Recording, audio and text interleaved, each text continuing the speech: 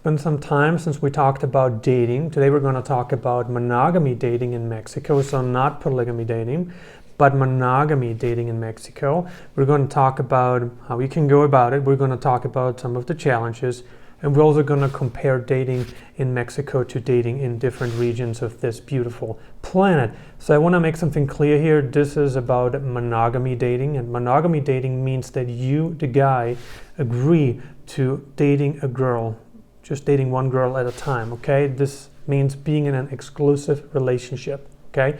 We're not talking about polygamy dating here where both parties agree, to being in relationships with multiple people. We're not talking about that. We're talking about exclusive relationships here.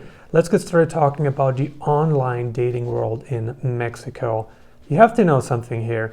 70% of women in Mexico are either overweight or obese. And now you might say, well, why are you bringing this up? Well, I'm bringing this up because if you are wanting, to be with a beautiful woman, if you're wanting to be with a slim woman, just know that it's going to be a lot more difficult here than it's going to be in, say, Vietnam, or than it's going to be in maybe some Eastern European country. Why? Well, there's just a lot less supply of these women here. And that also means that if there's less supply of something, that the majority of men will fight for the precious few. And that's actually very true here in Mexico, just so you know that. Okay, that means that, let's say out of 100 women, 30 are not overweight or obese, meaning you're gonna have much fewer people to choose from. And I would say maybe out of 100, maybe 15 are slim, okay, 15%, another 15% are okay. And like we talked about, 70% are overweight or obese.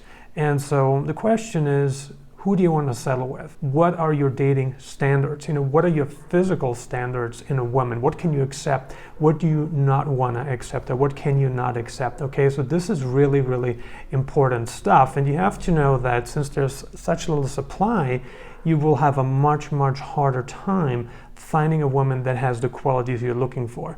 Especially since the physical picture is so hard to come by here. And of course, that varies in different regions in Mexico.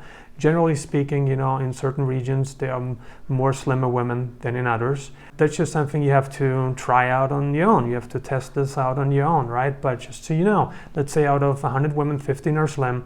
But then how many of these 15 women actually got brain? How many of these 15 women are actually educated? How many of these 15 women actually want a serious committed relationship? And you will, find out that maybe just 10 to 20% of these 15 women are actually suitable, which leads us to the fact that 1 to 2% of women in Mexico are actually what I'm looking for, meaning that it's just going to be a lot harder to find a long-term girlfriend in this country than it is in other countries, just based on that. And then you also have to add other things into the equation, such as language barrier, such as cultural differences, right? If you really want to narrow it down this much, you have to know that this is pure mathematics. And so I'm not saying it's impossible, but just so you're aware of that fact. Now, if you're like, okay, I don't care if a woman is a little bit fat, I don't care if she's overweight, I don't care if she's obese, I'm just looking for a nice girl to be with. If you don't care what a girl looks like and you're looking for internal qualities only, then of course it will be much easier for you to find a long-term partner than if you were to really, narrow it down and have a lot more criteria on your list. So that's what I wanted to say here.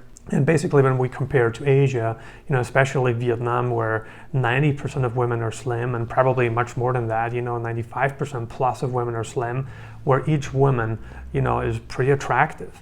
You don't really have that here in Mexico. In Mexico, it's just not so present. So you really have to look for the good looking women. And again, this might not be important to you. It is important to me. And I know it's important to many of our viewers, our subscriber base. So I just thought I'm going to bring this up here. I'm going to add this to the, points that we wanted to discuss in today's video. When you're dating online, you really need to understand that when you see photos of a woman and this woman only portrays, a specific part of her body, then maybe the other parts of the body are not so good. What I mean here is that if you only see pictures of the face, you don't see pictures of the body, then you can most likely assume that this woman will be overweight or obese. That's just how it is. Women show the best parts only. They never show the bad parts. If they got it really bad, they're definitely not going to show you that, and you have to, smell the cold hard reality when you actually meet her in person and realize that, okay, she didn't look anything like in her pictures, or she disguised her physics. And that happens so often in this country. But like I said, how you can gauge that is when you stop spending time talking to women that are just showing their faces, right? Then you know that probably the body's not going to be so good. Anyway, that's just really a hot tip. And if you see women that are really disclosing a lot, that are showing their boobs and this and that, you have to understand that these women, they want to draw attention and they value this specific part of their body more than anything else. That's why they are not talking about how much brain they got. That's why they are not talking about their profession. That's why they're not talking about their vision, their goals. They're only showing their body because that's what they value, and that's also what their past boyfriends and lovers valued before. And so if you're looking for a long-term relationship with somebody, you need to understand that this person is probably not suitable for you, and you should probably look at somebody who represents herself a lot more conservatively, because that's what you're looking for at the end of the day. What happens when you met a girl and it's time to go out on a date? You need to understand that in Mexico, it's pretty much the same as it is in most other countries. You go out on a date with a girl, and you, the guy, you are expected to pay for that date, for the first date. You always pay for the first date without question.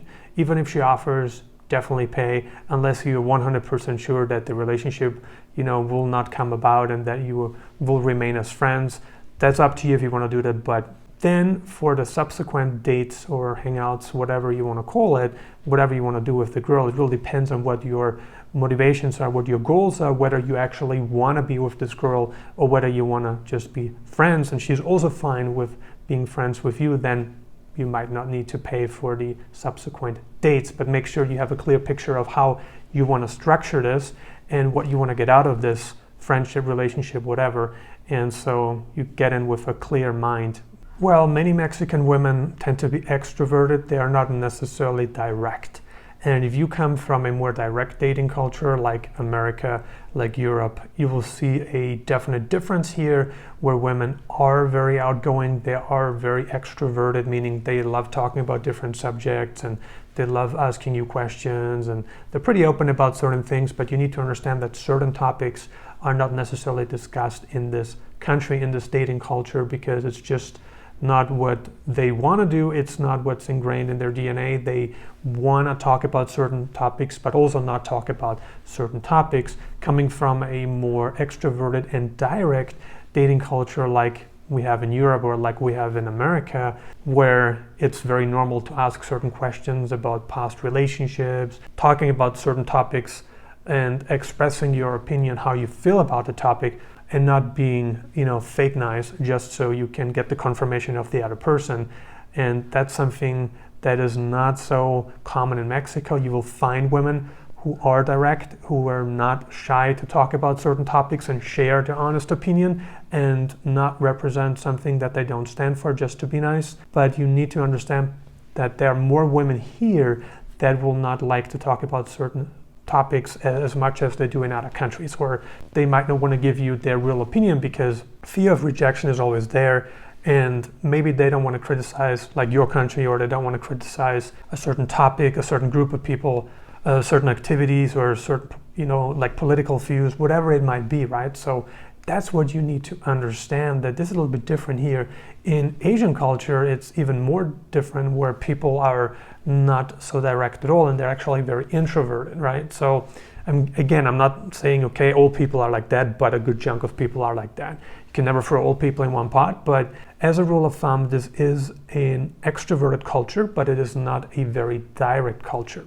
If you don't want to date girls online, then that's perfectly fine. You don't need to do that, so I'm not recommending you to do that. You can do that on the obvious dating sites or Tinder and Badoo, but if you want to meet women, and if you want to have a lot of things in common, then it might be better to find the activities that you want to commit to and find women through these activities, and just make it a more natural date, whether that's a nature date, an activity date, whether that's a sport date, whatever you want to do. These opportunities do exist here in Mexico. All right, let's touch briefly on Language barrier and cultural differences. Language barrier exists here just as it exists in any other country where your native language is not spoken.